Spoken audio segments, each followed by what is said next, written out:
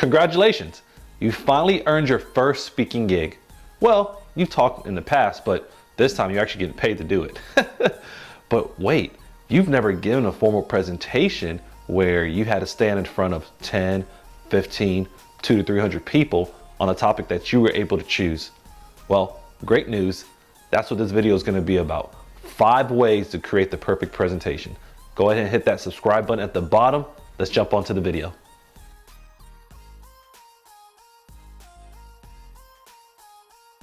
When I entered the speaking world in 2016, I actually started off in Toastmasters. If you've never heard of that organization, you can go online, type it into Google, and it'll tell you that they're an international organization focused on public speaking and leadership.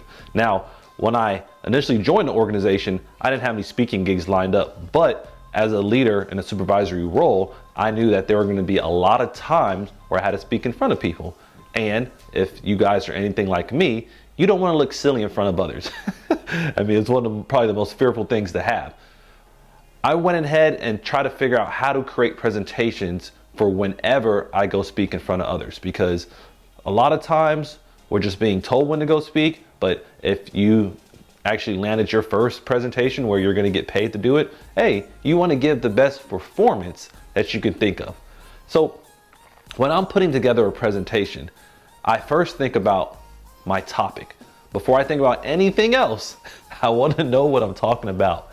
And a lot of us have a lot of great ideas in our mind, but we never sit down and actually figure out what's going to work for us. A lot of times what I've learned through speaking, training, personal development is you pick a topic that you have a solution for. If you don't think you have a solution for something, pause the video. Actually, I'm kidding, don't pause the video.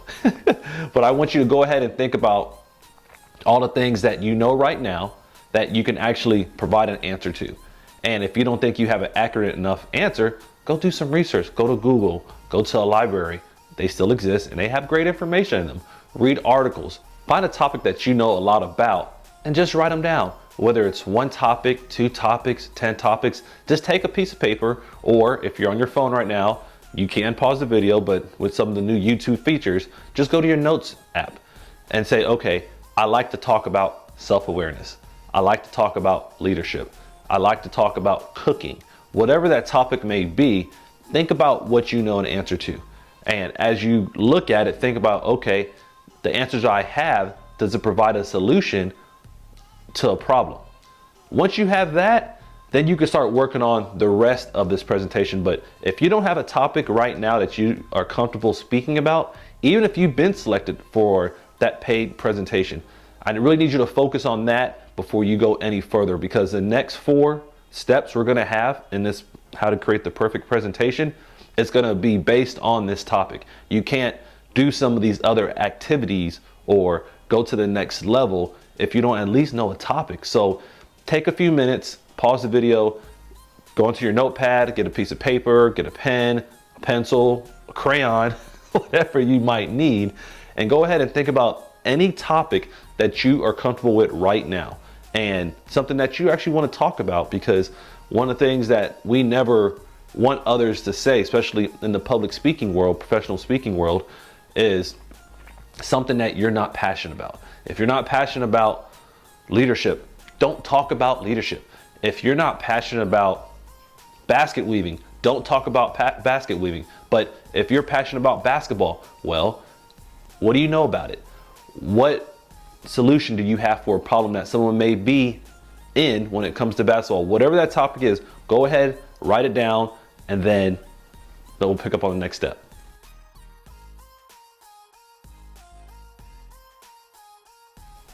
All right, great. So now you have a topic. Next, you have to think of all the things you know about this topic. And this is kind of where that concept of a mind map or a brainstorm is going to come in at. We're actually going to call this section brainstorming. So you got that one topic. Let's go back to leadership. What is everything you know right now about leadership? Take that piece of paper that you have, or even the notepad on your phone, and write down every single thing you know right now about it. This may be 10 things, 15 things, whatever it might be, but that topic you have chosen, in this case, we'll just say leadership. Think about all the different traits and characteristics you know about leadership. courage, integrity, high values, being able to give feedback, patience, understanding or having wisdom, whatever those different areas might be, you start thinking about that right now. Think about all the things. Now, this may take a few minutes. Give yourself 10 to 15 minutes or so to kind of write them down. But remember, this brainstorming step is part of whatever topic you have chosen. So you have to think about everything you know right now. And it doesn't matter how old you are, whether you're 10 or 12 watching this video or you're 60 or 70, you know a little bit about something that you're passionate about. Just write down all those topics, just list them. Don't overthink it. Don't sit there and say, well, I kind of know this. Just whatever you know, put it down right now. So you're going to take the next few minutes. Once again, pause the video. Please don't go anywhere. Please don't go on your social media and get distracted, but sit down and take this time to just write down everything you know about a particular subject that you're passionate about and that you actually want to go speak on.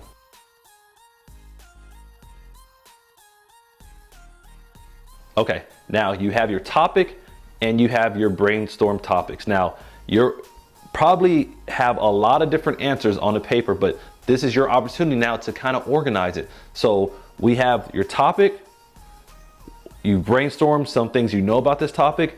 Next step is actually putting it into an outline. Why? Because every presentation has to have some type of structure. Now, to some of you watching this may seem elementary, but some of us have never actually put together an outline or put together a presentation that was actually structured. A lot of us are shooting from the hip or just speaking off the cuff. And when you're actually in a presentation where you're receiving some kind of money or some kind of benefit or whatever it might be, you actually want to have a plan in place. So there's 3 things I always do to set up my presentation as far as the outline goes. First, I start with the introduction. That's any information that's related to me or maybe in a little bit of background of the topic, but you want to start off somewhere. Next thing is the body. Now, in the body, you're gonna take some of those topics you've written down about the topic and you're gonna put them in there. Depends on the length of your presentation. Usually, let's give it a rough number. In about a 20-minute presentation, you want to look at about 3 of those topics, maybe 5. But it may be hard to squeeze in 5 when you start accounting for other things in that presentation. So you'll have your introduction, then you go to your body where you have anywhere from 3 to 5 of those listed topics in there. And then finally you have a conclusion. And obviously the conclusion is where you summarize everything you've talked about in your presentation. Now, the summary / conclusion, this isn't the opportunity to introduce new information. You need to only talk about what was in your presentation. If you did not include it, if let's say you had 10 different ideas you had on the topic and you only spoke about 3 or 5, then those 3 to 5 are the only ones you want to talk about in your conclusion. But a part of the outline, part of the process is first and foremost having an introduction. You got to start somewhere. You got to at least allow the audience to know what you're talking about. Then you go into the body. The body's going to have 3 to 5 of those different areas that you're going to touch on that you know on already. And then your conclusion. Introduction, body, conclusion. Now, once you have those written down, once again, take 5 to 10 minutes, pause the video. Please don't go get lunch or breakfast or say, hey, it's time to watch a Netflix show. But make sure you take that time to look at your introduction. You could just put talk about me, whatever is simple for you. And then the topics you're going to have within that body, and then your conclusion. Take a few minutes and then we'll go into the next step.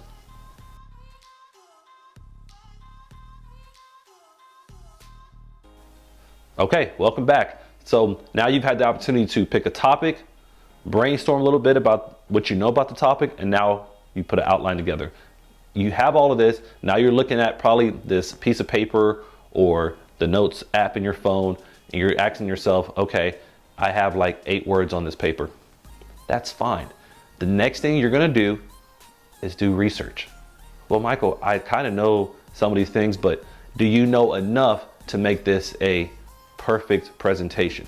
A lot of us, I guess particularly me, what I've seen is people will have these great topics, but they're just giving their opinions, all opinions on whatever information they're providing in. When you only give your opinion, it's hard to give anybody any factual information. So you want to make sure that whatever topics you're choosing to talk about, whatever areas you really want to highlight, this is now the time to actually go into researching them. Remember, when you're in the brainstorming section, that wasn't a time to research. When you're in the outline section, it wasn't time to research. Even when you were initially picking your topic, I wanted you to start off with something you kind of knew about, something you were passionate about, and then we were going to build from there. If you just start researching random topics, you're never going to get anything done. So you wanted to start off with your topic, brainstorm, outline, and now this is the time to start putting some of those facts together on the presentation that you have. Whatever those 3 to 5 areas that you chose to talk about in the body of your outline, this is time to find substantive information that's going to actually provide information to others. And it doesn't have to just be facts. It can be, what stories can you have? What experience do you have that relate to these? Because research is everything you can find.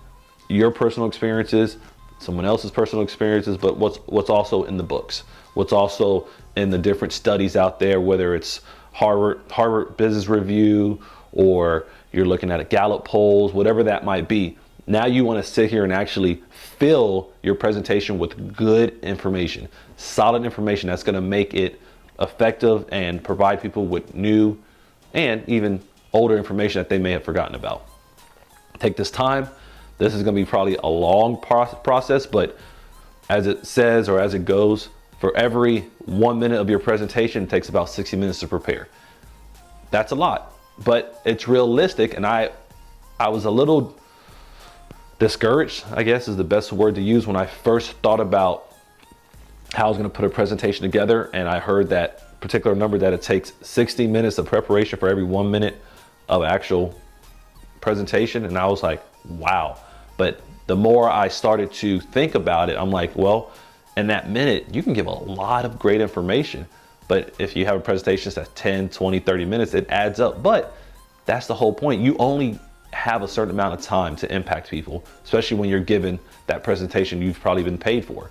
You want to make sure you give them the best information you can. You want to make sure you're able to connect the dots with facts and experiences that are relatable, versus just going on stage or going in front of them and just saying whatever you want to say.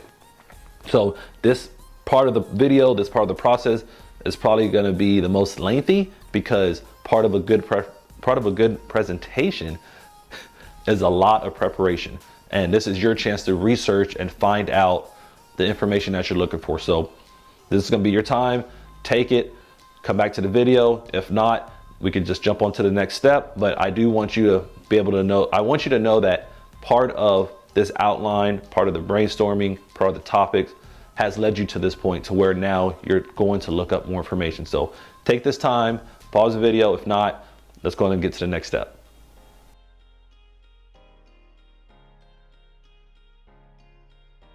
All right, welcome back again. If you've taken a day or two, or even 30 seconds to kind of get through the last step to this one, now this is kind of where the fun part is. Well, at least it's fun for me, but it can be fun for you as well. As a quick recap, we've picked a topic that you're passionate about and you have a solution for. We've brainstormed some information about this particular topic you have chosen. We've built an outline of an introduction, a body, and a conclusion. And now you've done a little bit of research on the information to make it more impactful and more efficient. Now, this is the time where you actually rehearse it. Yes, I know, it's called practice. Everybody does it. Athletes, singers, anybody that has any kind of performance that they have coming up, they practice ahead of time to make sure they know what they're doing. It's the same thing when it comes to presentations, when it comes to public speaking, when it comes to being in front of others, trying to impact them. You have to rehearse what you have. So wherever you're at in your presentation, by now, you should have a lot more information written down. You should have a lot more of facts and experiences and kind of a structure of how you want to present. Now, this is the opportunity. This is your chance to actually see how it looks. Oh, I know it might be a little tough to do that, guys, but let's think about this. If you're going to go speak in front of a group of people, no matter what the number is, you want to do a good job, right? But you kind of also want to know how you're going to do ahead of time. because sometimes we never know how we're going to do. And some people say, well, I speak a lot better when I'm just winging it. That might be true at times, but when you have a long presentation and you're trying to convey actual factual information, sometimes using muscle memory, letting your brain actually process it a few times, goes a lot further than just going out there and just saying, okay, it's time to go speak. So when it comes to rehearsal, there's pretty much two things I look at when it comes to my way of preparation. First, hey, find a mirror, stand in front of it, talk to it with your presentation, even if you have to have your notes with you. It's fine to use your notes, especially in the preparation side of things. I mean, it's fine to use it during a presentation, but last thing you want to do is have a wad of paper or be carrying around a whole bunch of information, or you're reading from a script. You don't want to do that. So you want to take whatever notes you have, you want to take whatever data you have compiled, you want to have that outline with you, and now this time just practice in front of a mirror, practice in front of somebody else, whatever it might be. But this is the time when you have to vocally and move your body around to kind of figure out how your presentation is going to sound and look. So you've done that a few times, great job. Go take these a minute or so to kind of figure out what you're going to do. But the next thing I want you to do is kind of what I'm doing right now. Go get a camera, go get your phone, find a tripod, if not, prop it against something, against a book, whatever, and record yourself. I know that sounds weird, and the first time I did it was probably in about 2018, and it was one of the best experiences I had, because what I didn't see in a mirror, what I couldn't see just when I spoke, was the little things I did, the way I moved around, the way I said certain words, the way I made eye contact with the audience. I did not know how to do that, so to speak, and I didn't know how it looked to others. But the camera doesn't lie, the video doesn't make up anything. Maybe the audio may be distorted or the video may be a little choppy, but overall it's going to show what's going on directly in front of it. The camera doesn't have an opinion. It's not going to say, oh, he said this, I'm going to shut off. No, it doesn't work like that. So you've done prepared, you've done practice in the mirror. Now it's time to record yourself. If you're not comfortable with that yet, that's fine. But I promise you, as you grow into professional speaking, as you get more speaking gigs, you're going to find the recordings of yourself being very helpful. So part of creating the perfect presentation, especially in this video, is to actually cover that. I want you guys to have the best presentation you can have possible, but without doing things like recording yourself, it's going to be hard to see what you need to work on, because you can be your best critic. Now, if you're comfortable enough, you can send the video to others or share it with them, but you have to at least know what you're doing. You got to understand what you're doing with your hands, or if you're looking to the right or to the left or whatever direction that might be. Are you always fidgeting with something? Whatever you're doing, it's good to know ahead of time. Can you fix everything? No, but you can improve it and know how to use it to your advantage. And I think that's one of the most important parts with recording, is that it gives you the chance to understand what you're doing right and what you need to improve on. So when we're looking at how to create the perfect presentation, we're looking at picking a topic, brainstorming, having the outline, doing research, and then rehearsing. So once you've put these 5 things together, you're going to find yourself in a much comfortable position to present as best as you can.